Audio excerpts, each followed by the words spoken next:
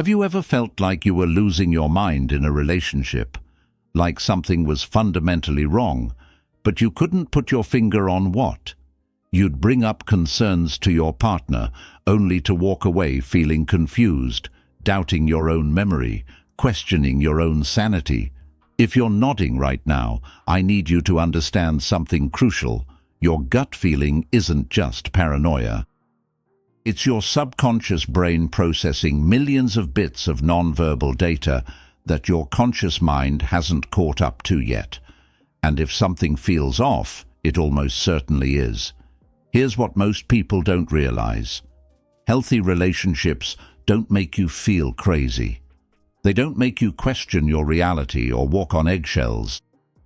If you're constantly second-guessing yourself, if you feel like you're living in a fog of confusion, if you find yourself making excuses for behavior that makes your stomach turn, your intuition is screaming at you for a reason. Today, we're going to decode those gut feelings. I'm going to show you 10 relationship red flags that your subconscious mind recognizes long before your rational brain catches up. By the end of this video, you'll have a clear framework for understanding what your instincts have been trying to tell you, and more importantly, you'll know exactly what to do about it. Red flag number 1, the reality distortion field. You know that feeling when you remember a conversation one way, but your partner insists it happened completely differently. When you're absolutely certain they said something hurtful, but they look at you with genuine confusion and tell you that's not what happened at all. This isn't just miscommunication. You might be experiencing what psychologists call gaslighting, and your gut recognizes the manipulation even when your mind is still trying to give them the benefit of the doubt. Picture this. You tell your partner that their comment about your appearance hurt your feelings. Instead of acknowledging your pain, they respond with, "I never said that. You're being way too sensitive. Are you sure you're remembering this right? You've been so stressed lately, maybe you misheard me." Suddenly, you're not talking about your hurt feelings anymore. You're defending your own sanity. This is the reality distortion field in action. Your partner isn't just disagreeing with your perspective. They're making you question your fundamental ability to perceive reality accurately. They're not saying, "I remember it differently." They're saying, "Your version of reality is wrong." And here's the insidious part. They often do this with such conviction, such apparent concern for your mental state, that you start to believe them. Your gut recognizes this manipulation immediately. That sick feeling in your stomach, that's your subconscious mind screaming, "This person is rewriting history." Your body knows that healthy people don't make you question your own memories. They might remember things differently, but they don't make you feel like you're losing your grip on reality. The psychological damage of this pattern is devastating. When someone consistently challenges your perception of events, your brain starts to doubt its own processing abilities. You become hypervigilant, second-guessing every memory, every feeling, every reaction. You lose trust in your own judgment, which makes you increasingly dependent on the very person who's undermining you. Here's your shield against this manipulation. Start documenting important conversations immediately after they happen. Keep a private journal or voice notes on your phone. When someone challenges your memory, you can say, "I understand we remember this differently, but I'm confident in my recollection." You don't need to prove your reality to anyone. Your perception is valid. Full stop. Red flag number 2. The emotional thermostat hijacking. Have you ever noticed how your mood completely shifts when certain people enter the room? How you can be having a perfectly good day until your partner walks in, and suddenly you feel anxious, small, or like you're walking on eggshells. This isn't coincidence. It's your nervous system responding to a pattern of emotional manipulation that your conscious mind might not have fully recognized yet. Let me paint you a picture. You wake up feeling great. You're excited about your day. Maybe you got good news at work, or you're looking forward to seeing friends. Then your partner comes home, and within minutes, the entire atmosphere changes. They're not necessarily doing anything dramatic. Maybe they're just slightly cold, giving you one-word answers, or there's tension in their voice, but somehow your good mood evaporates. You find yourself trying to figure out what's wrong, what you might have done, how you can fix their mood and get back to feeling okay again. This is emotional thermostat hijacking, and your gut instinct recognizes it as a form of control. Your partner has learned that their emotional state can completely override yours, that they can shift the entire energy of your shared space just by withdrawing warmth or projecting displeasure. They don't have to yell or make threats. They just have to make you feel responsible for their emotional state. Here's what's happening psychologically. Healthy people take responsibility for their own emotions. They might be having a bad day, but they don't expect their partner to fix it or feel guilty about it. They communicate clearly about their needs without making their partner guess or scramble to manage their mood. But people who use this manipulation understand something darker. If they can make you feel responsible for their emotional state, they can control your behavior without ever having to ask directly. You'll automatically start adjusting yourself, your plans, your energy, your entire day around managing their mood. You become a hostage to their emotional weather system. Your body recognizes this dynamic immediately. That anxiety you feel when they walk in the room. That's your nervous system going into hypervigilance mode, scanning for threats, trying to predict and prevent their emotional storms. That exhaustion you feel after spending time with them. That's the cognitive load of constantly managing someone else's emotional state while neglecting your own. The antidote to this manipulation is boundaries. You can say, "I can see you're having a difficult day. I'm here if you want to talk about it, but I'm not going to take responsibility for fixing your mood." Your emotional state is not their thermostat to control, and their emotional state is not your responsibility to manage. Red flag number 3, the isolation algorithm. This one is subtle, and that's exactly why your gut feelings about it are so important. Have you ever found yourself gradually seeing less and less of the people who matter to you? Not because you chose to, but because somehow, every time you make plans with friends or family, there's drama, guilt, or some crisis that requires your attention instead. Here's how it typically unfolds. At first, your partner seems supportive of your relationships. They might even encourage you to spend time with friends, but slowly, a pattern emerges. Every time you're supposed to see your sister, they pick a fight about something unrelated an hour before you're supposed to leave. When you plan a girls' night, suddenly they need to have a serious conversation about your relationship right then. When your best friend calls, they become visibly irritated, or they interrupt the conversation repeatedly with urgent needs. Your rational mind makes excuses. They're just going through a tough time. It's just bad timing. They need extra support right now. But your gut knows what's happening.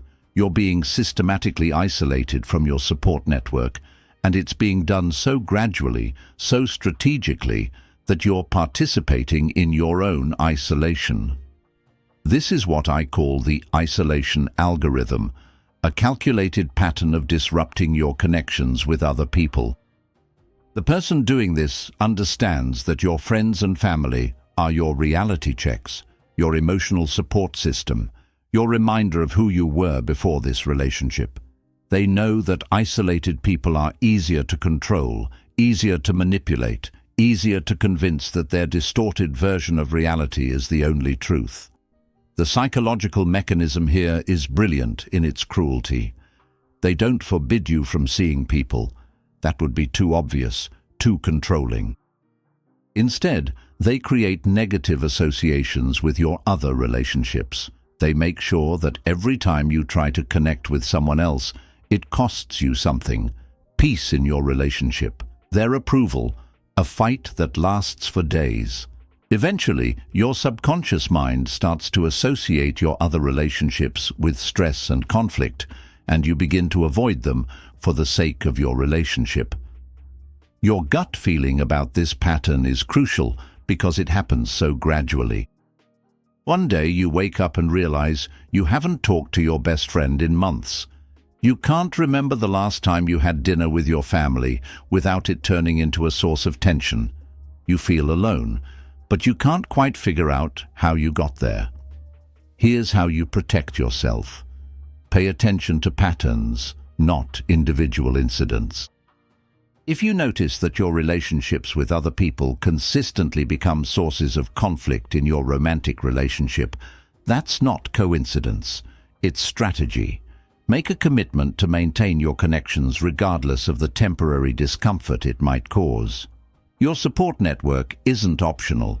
It's essential for your mental health and your ability to maintain perspective on what's normal in relationships. Red flag number 4. The empathy mirage. This might be the most confusing red flag of all, because it masquerades as exactly the opposite of what it is. Have you ever been with someone who seems incredibly empathetic and understanding, but somehow you always end up feeling worse about yourself after they help you process your emotions?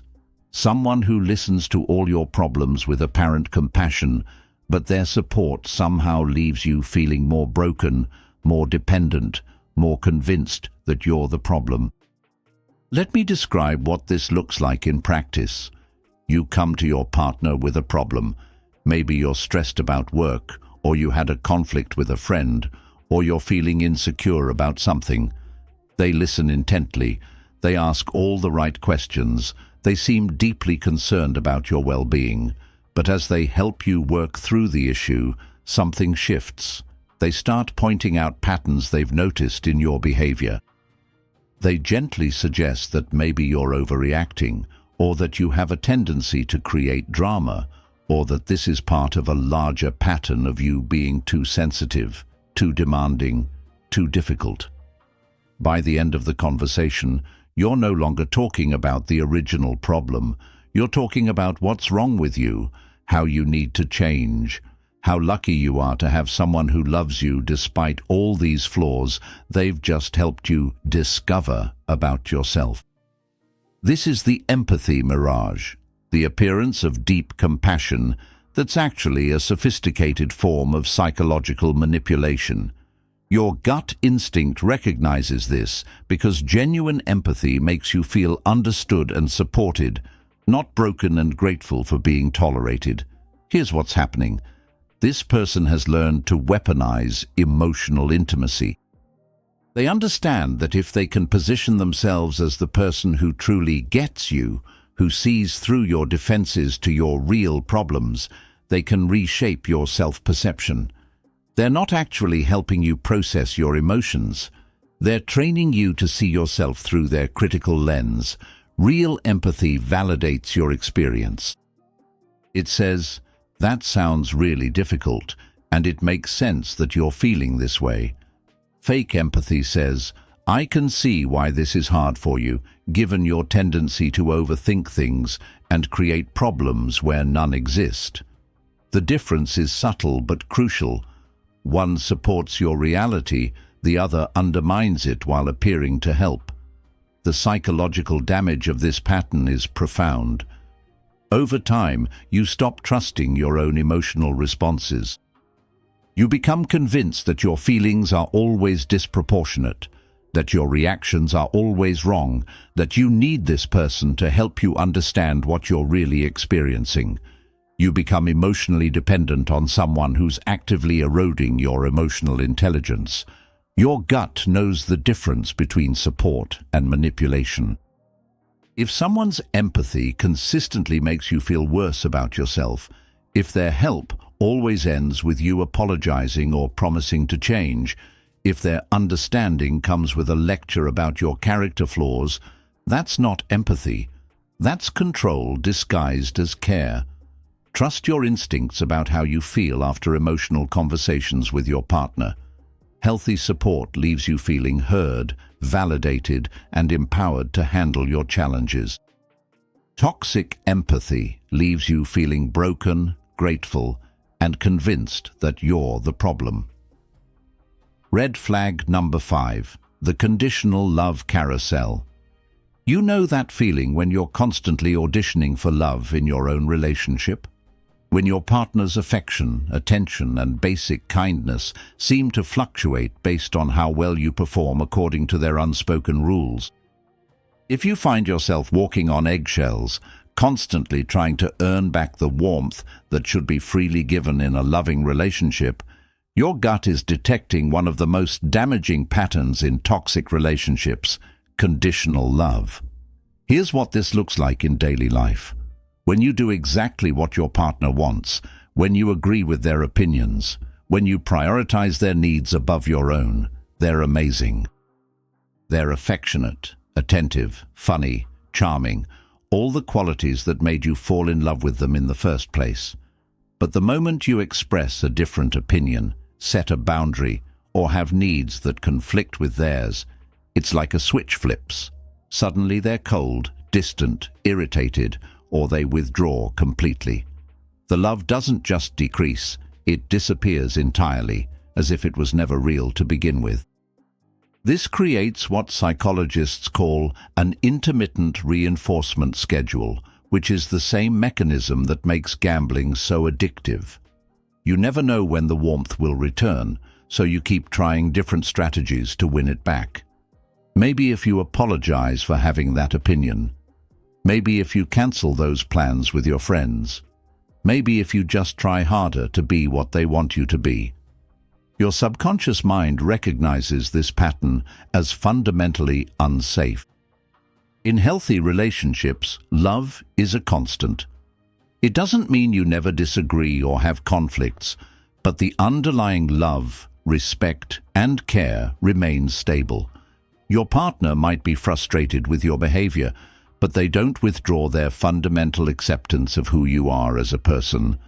But conditional love operates differently. It says, "I love you when you make me happy, when you don't challenge me, when you prioritize my needs over your own." It turns love into a reward system where your worth as a partner and as a person is constantly being evaluated and judged. The psychological impact of this pattern is devastating. You start to internalize the idea that love must be earned through perfect behavior. You begin to see your own needs, opinions, and boundaries as obstacles to love rather than natural parts of who you are. You develop what therapists call hypervigilance, constantly monitoring your partner's mood and adjusting your behavior to maintain their approval. Over time, you lose touch with who you actually are underneath all these adaptations. You become so focused on being lovable that you forget you were already worthy of love exactly as you were. You start to believe that the problem isn't their conditional love. It's your inability to meet their conditions consistently enough. Your gut instinct about this pattern is crucial because it feels the threat to your authentic self. That anxiety you feel when you're about to express an opinion they might not like. That's your nervous system responding to the threat of love withdrawal, that exhaustion from constantly performing for affection. That's your soul recognizing that you're abandoning yourself for someone else's approval. Here's the truth your intuition already knows. Real love doesn't require you to earn it every day. It doesn't disappear when you're imperfect, when you disagree, when you have bad days or make mistakes. Real love says, "I see all of you, the parts that are easy to love and the parts that are harder, and I choose you anyway." Red flag number 6, the victim-hero complex trap. Have you ever found yourself in a relationship where you're constantly trying to save someone from their own life? Where every conversation somehow becomes about their problems, their struggles, their need for your support. But when you need help, they're mysteriously unavailable, or they turn it back to how much harder their life is. If you feel more like a therapist than a partner, if you're exhausted from being someone's emotional lifeline while your own needs go unmet, your intuition is picking up on a sophisticated manipulation tactic, the victim-hero complex. Here's how this typically unfolds. Early in the relationship, they share their story with you. They've been hurt before, betrayed, misunderstood. They have a difficult family, a challenging job, health problems, financial stress. Your compassionate heart goes out to them, and you naturally want to help, to be the person who finally treats them right, who sees their worth, who helps them heal from all the damage others have caused. And for a while, it feels good to be needed. It feels meaningful to be the one person who truly understands them, who can provide comfort when no one else can. You start to pride yourself on being different from all the people who hurt them before. You're not selfish like their ex. You're not critical like their family. You're the hero in their story. But slowly, something shifts. Their crises become more frequent, more urgent, more dramatic. Every time you try to focus on your own needs, there's suddenly an emergency that requires your immediate attention. When you're having a bad day, they're having a worse one. When you achieve something you're proud of, they're in the middle of a crisis that makes celebrating feel selfish. Your role in the relationship becomes clear. You're the giver, they're the taker, and any attempt to change that dynamic is met with accusations of abandonment or selfishness. Your gut instinct recognizes this pattern as fundamentally unbalanced and unsustainable. Healthy relationships involve mutual support, where both people take turns being strong for each other. But the victim-hero dynamic creates a permanent power imbalance where one person's needs always take precedence, disguised as victimization that requires your heroic intervention. What makes this manipulation so effective is that it appeals to your best qualities, your compassion, your desire to help, your capacity for love and sacrifice. It makes you feel special and needed while simultaneously draining your emotional resources and making your own needs seem selfish by comparison. You become addicted to being needed, even as you're slowly dying from emotional starvation. The psychological mechanism here is brilliant in its cruelty. By positioning themselves as the victim of life circumstances, they make any boundaries you try to set seem heartless. By making you the hero of their story, they make you invested in maintaining that role even when it's destroying you. You can't set limits on how much you help without feeling like you're abandoning someone who desperately needs you. Your subconscious mind knows that this isn't love. It's codependency disguised as devotion. Real love doesn't require you to set yourself on fire to keep someone else warm. It doesn't demand that you sacrifice your own well-being to prove your care. It doesn't make you feel guilty for having needs of your own. The truth is, you can't save someone from their own life, and healthy people don't want you to try. They want a partner, not a rescuer. They want mutual support, not one-sided sacrifice. If you're constantly giving and rarely receiving, if your role in the relationship is to fix, save, or heal someone else while neglecting yourself, your intuition is right to feel exhausted and resentful. Red flag number 7, the goalpost migration strategy. This is perhaps one of the most soul-crushing patterns, and your gut recognizes it long before your logical mind can articulate what's happening. Have you ever felt like you're constantly chasing a moving target in your relationship? Like no matter what you do, how much you improve, or how hard you try, it's never quite enough?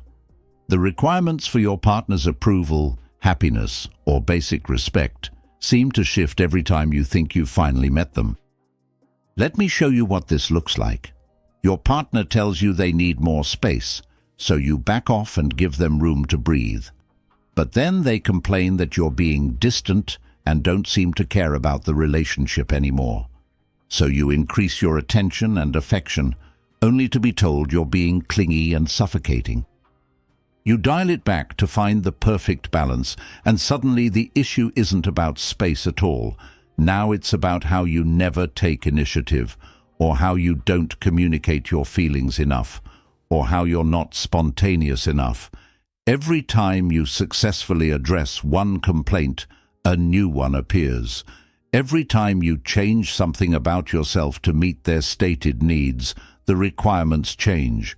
It's like trying to hit a target that someone keeps moving just as you're about to succeed. This is what I call the goalpost migration strategy, and it's one of the most psychologically destructive forms of manipulation because it systematically destroys your sense of competence and self-worth. Your nervous system recognizes this pattern as a threat to your sanity because it creates a reality where success is literally impossible. Here's what's actually happening. This isn't about you failing to meet their needs. This is about them ensuring that you never feel successful or secure in the relationship. The moving goalposts serve a specific purpose. They keep you in a constant state of striving, always slightly off balance, always doubting your own abilities, always desperate to prove yourself worthy of love and acceptance. The psychological impact is devastating. When you can never succeed no matter how hard you try, you start to internalize the belief that you're fundamentally inadequate. You become hypervigilant, constantly analyzing every interaction for clues about what they really want, constantly adjusting your behavior in hopes of finally getting it right. You lose touch with your own needs, your own preferences, your own sense of what's reasonable to expect in a relationship. What makes this particularly insidious is that each individual request seems reasonable in isolation. They're not asking for anything outrageous. They just want more communication, or more space, or more romance, or more independence. But the pattern reveals the true agenda: maintaining power through perpetual dissatisfaction. Your intuition recognizes this pattern because it violates a fundamental principle of fair relationships. When someone genuinely wants to solve a problem, the solution doesn't create new problems. When someone genuinely wants to improve a relationship, they acknowledge progress when it's made. They don't immediately shift focus to a new area of dissatisfaction the moment you've addressed their previous concern. Healthy partners have consistent values and needs. They might ask you to communicate more directly, and when you do, they appreciate the effort and acknowledge the improvement. They don't suddenly decide that your new directness is too confrontational, and they preferred it when you were more subtle. The truth your gut instinct already knows is this: you're not failing to meet their needs. They're systematically ensuring that their needs can never be met, because met needs would eliminate their control over you. The goal isn't for you to succeed. It's for you to keep trying forever, always slightly off balance, always slightly inadequate, always grateful for the brief moments when they seem satisfied with you. If you find yourself constantly confused about what your partner actually wants, if you feel like you're always one step behind their expectations, if your efforts to improve are consistently met with new complaints rather than appreciation, trust your instincts. This isn't about your inadequacy. It's about their need to maintain power through perpetual dissatisfaction. Red flag number 8, the selective memory syndrome.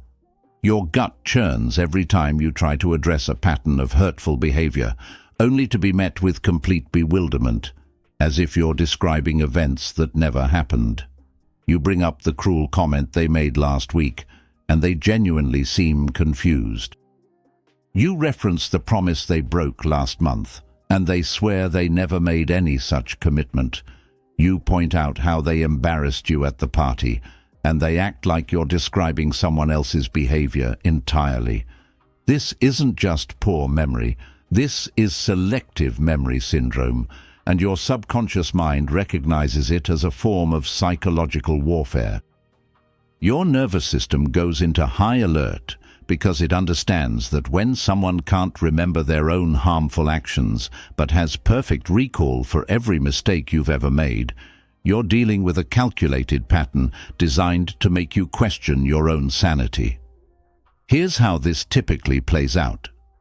They hurt you with their words or actions, and in that moment, you can see that they know exactly what they're doing. There might even be a flash of satisfaction in their eyes when they land the perfect cutting remark, or a deliberate pause that shows they're choosing their cruelest words carefully. But when you try to address it later, that person seems to have vanished entirely. Instead, you're facing someone who appears genuinely confused by your accusations, hurt by your unfair characterization of them, and concerned about your tendency to blow things out of proportion. The psychological impact of this pattern is profound. When someone consistently forgets their harmful actions while maintaining perfect memory for yours, it creates a distorted historical record of your relationship. You become the only keeper of their bad behavior, which makes you feel like you're carrying a heavy burden that no one else can see or validate. Your gut instinct about this pattern is crucial because it recognizes something your logical mind struggles to accept. This isn't memory problems, it's memory management. They remember perfectly well what they did. They just understand that by forgetting it, they can avoid accountability while making you look like the unstable one who holds grudges and brings up ancient history. What makes this particularly crazy-making is that their memory is mysteriously perfect when it comes to documenting your flaws, mistakes, and shortcomings. They can recall with stunning accuracy every time you were late, every sharp word you spoke in anger, every promise you failed to keep. They maintain a detailed mental inventory of your failures that they can access instantly whenever you try to address their behavior. This selective memory serves multiple purposes. It prevents them from having to take responsibility for their actions. It makes you doubt your own perception of events. It shifts the focus from their behavior to your negative tendency to keep score and live in the past. And it trains you to stop bringing up their harmful behavior because the conversation never goes anywhere productive. Your nervous system recognizes this as emotional abuse because it systematically undermines your reality while protecting their image of themselves as a good person. They get to keep hurting you while maintaining their identity as someone who would never intentionally cause harm. You become the repository for all the pain they cause, with no way to address patterns because each incident is treated as if it happened in isolation, completely disconnected from any previous behavior. Here's what your intuition already knows. People who genuinely care about not hurting you remember when they hurt you. They don't need you to remind them of their harmful actions because those actions bother them too. When someone consistently forgets the pain they cause while maintaining perfect recall for any pain you cause them, they're showing you exactly how much your feelings matter to them. Trust your instincts when they tell you that someone's memory problems are suspiciously convenient. Real memory issues don't discriminate between remembering good and bad behavior. They don't perfectly preserve every instance of your mistakes while completely erasing their own. Red flag number 9, the emotional hostage situation. The most dangerous red flag often feels like the most loving one, and that's exactly why your gut instinct about it is so crucial. Have you ever been in a situation where your partner's emotional well-being seems to depend entirely on your behavior? Where they regularly threaten to harm themselves, leave, or have a complete breakdown if you don't do exactly what they want? Where their love for you becomes a weapon used to control your choices? This is what I call the emotional hostage situation, and it's one of the most sophisticated forms of psychological manipulation because it masquerades as desperate love. Your partner doesn't directly threaten you. Instead, they threaten to hurt themselves or destroy the relationship if you don't comply with their demands. They make their emotional stability your responsibility, and then use that manufactured responsibility to control your every move. Here's what this looks like in practice. You want to spend time with friends, and they respond with, "I guess I'm just not enough for you. I don't know what I'll do if you leave me tonight. I've been feeling really depressed lately, and you're the only thing keeping me going." You want to set a boundary about something that makes you uncomfortable, and they break down crying, saying, "I can't believe you'd say that to me. You know how sensitive I am about this. I don't think I can handle this relationship if this is how you're going to treat me." Your compassionate heart responds exactly as they knew it would. You cancel your plans. You drop your boundary. You do whatever it takes to prevent their emotional crisis, even though it means abandoning your own needs and feelings. You tell yourself this is what love looks like: sacrificing for someone who needs you, being there for someone who's struggling. But your gut instinct recognizes this pattern as emotional terrorism. Your nervous system goes into crisis mode not because you're afraid of them, but because you're afraid for them. And that fear is being deliberately cultivated to control your behavior. What makes this manipulation so effective is that it appeals to your deepest values: your compassion, your loyalty, your desire to protect the people you love. It makes leaving or setting boundaries feel not just difficult, but morally wrong. How can you abandon someone who needs you so desperately? How can you risk pushing someone over the edge just because you want to hang out with friends or maintain some silly boundary? The psychological damage of this pattern is severe. You become hypervigilant about your partner's emotional state, constantly monitoring their moods and adjusting your behavior to prevent the next crisis. You lose touch with your own needs because they seem selfish compared to someone else's emotional survival. You develop what therapists call learned helplessness, the belief that you're trapped in this situation because leaving would cause irreparable harm. Here's what your intuition already knows, but your logical mind struggles to accept. Mentally healthy people don't make their emotional stability dependent on their partner's compliance. They don't threaten to harm themselves or end the relationship every time they don't get their way. They don't make their love contingent on their partner abandoning all boundaries and personal autonomy. Real love says, "I want you to be happy and live your life fully, even when that means doing things I don't prefer." Manipulative love says, "If you truly loved me, you wouldn't need anything that makes me uncomfortable." Your gut feeling about this situation is absolutely correct. You are not responsible for managing another adult's emotional stability. You are not required to set yourself on fire to keep someone else warm, and anyone who regularly threatens emotional self-destruction to get their way is not actually in love with you. They're addicted to controlling you. The hardest truth to accept is that by constantly rescuing them from the consequences of their emotional manipulation, you're not helping them heal. You're enabling them to avoid developing healthy coping mechanisms and relationship skills. Red flag number 10, the invisible cage. This is the most dangerous red flag of all, precisely because it's nearly impossible to see while you're inside it.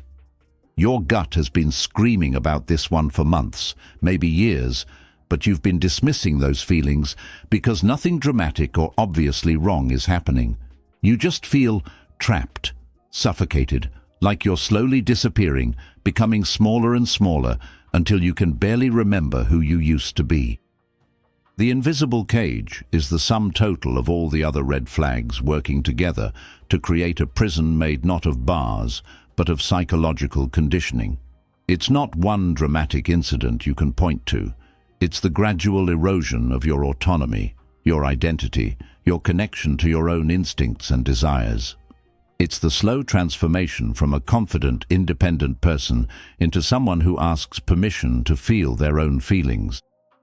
Here's what the invisible cage feels like from the inside. You can't make simple decisions without wondering what your partner will think. You've stopped doing things you used to love because they create tension in your relationship. You find yourself apologizing for things you didn't do wrong, explaining yourself for choices you shouldn't have to justify, asking permission for freedoms you used to take for granted. You look in the mirror and barely recognize yourself.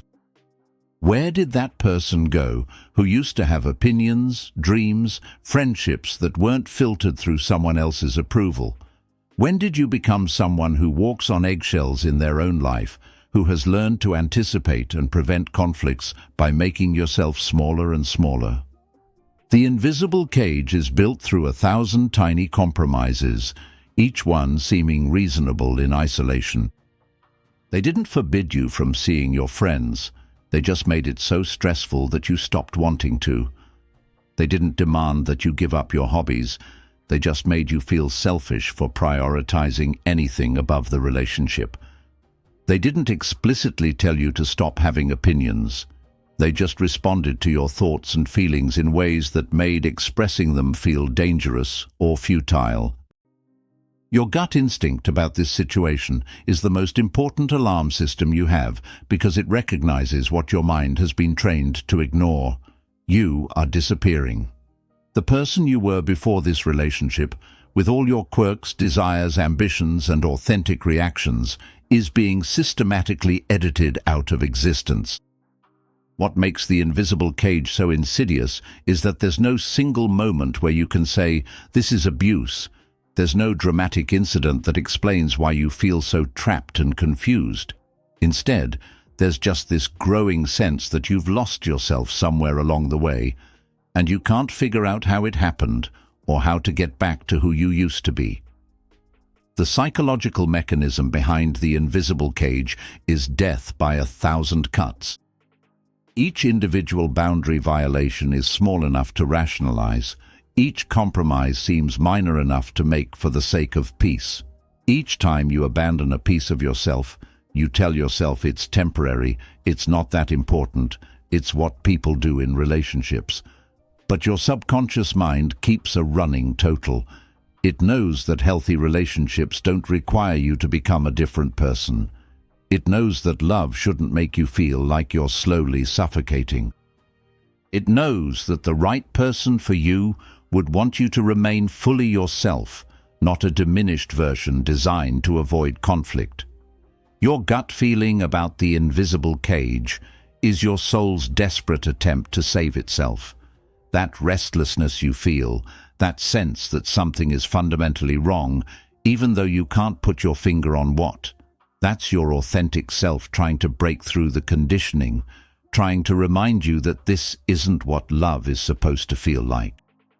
The most important thing to understand about the invisible cage is that the key has always been in your hand.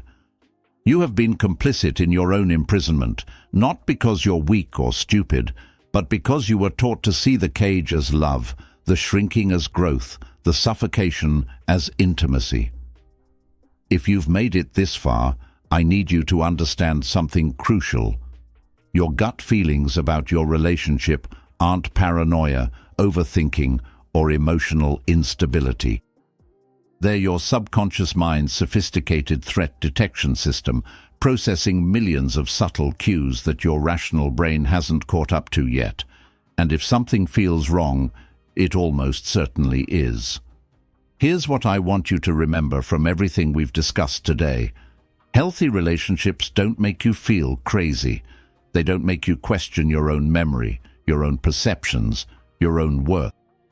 They don't require you to become smaller, quieter, or less yourself to maintain peace.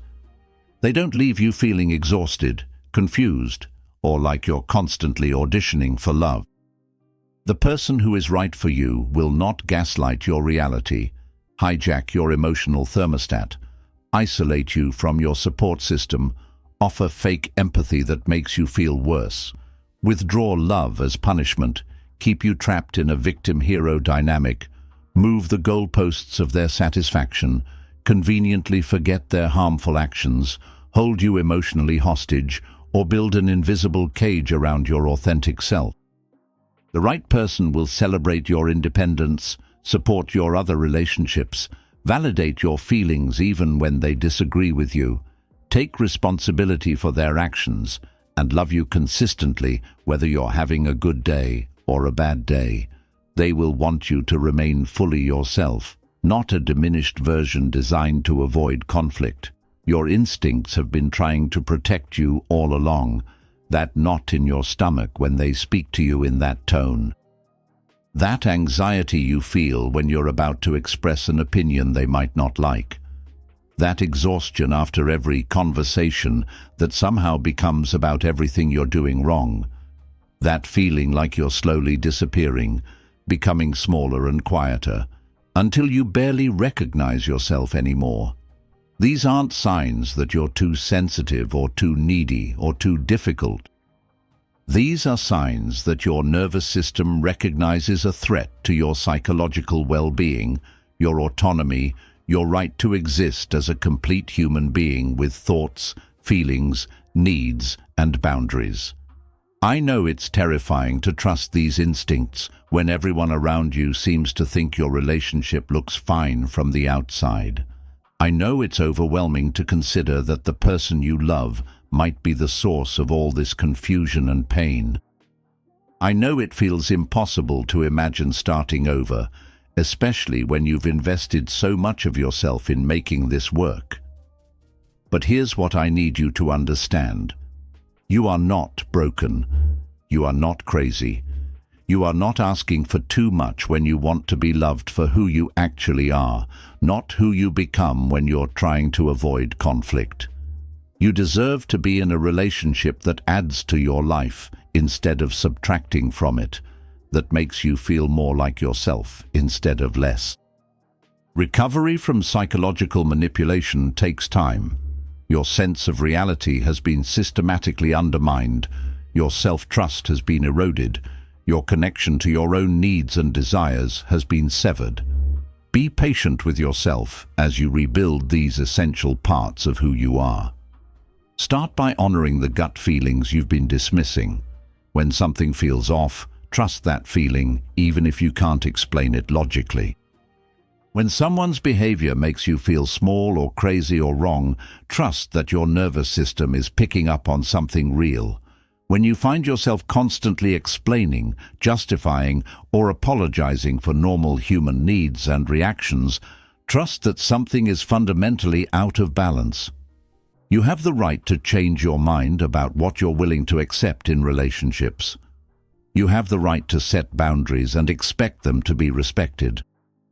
You have the right to be with someone who doesn't make loving them feel like a full-time job that you're constantly failing at. Your gut instinct isn't just trying to protect you from harm, it's trying to guide you toward the kind of love that feels like coming home to yourself instead of losing yourself. The kind of love that makes you feel more confident, more creative, more alive, not less. The kind of love that says, I see all of you, and all of you is welcome here. Trust those instincts. They've been trying to save you all along. I want to hear from you in the comments below. Which of these red flags felt the most familiar to you? Which one made you think, oh my God, that's exactly what's been happening to me?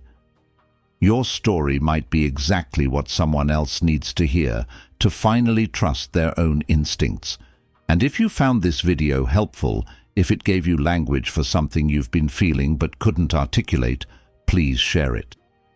There's someone in your life right now who needs to hear this message. Someone whose gut has been screaming warnings they've been trained to ignore. Someone who needs permission to trust their own instincts about what love should and shouldn't feel like. Subscribe to this channel if you want more content about recognizing manipulation, building healthy relationships, and learning to trust your own emotional intelligence. Your support helps this content reach the people who need it most, and right now, that might be the most important thing you can do for someone you'll never meet, but whose life you might help save. Remember, your instincts are not the enemy. Your gut feelings are not paranoia. Your desire for genuine love and respect is not asking for too much. Trust yourself. You know more than you think you know.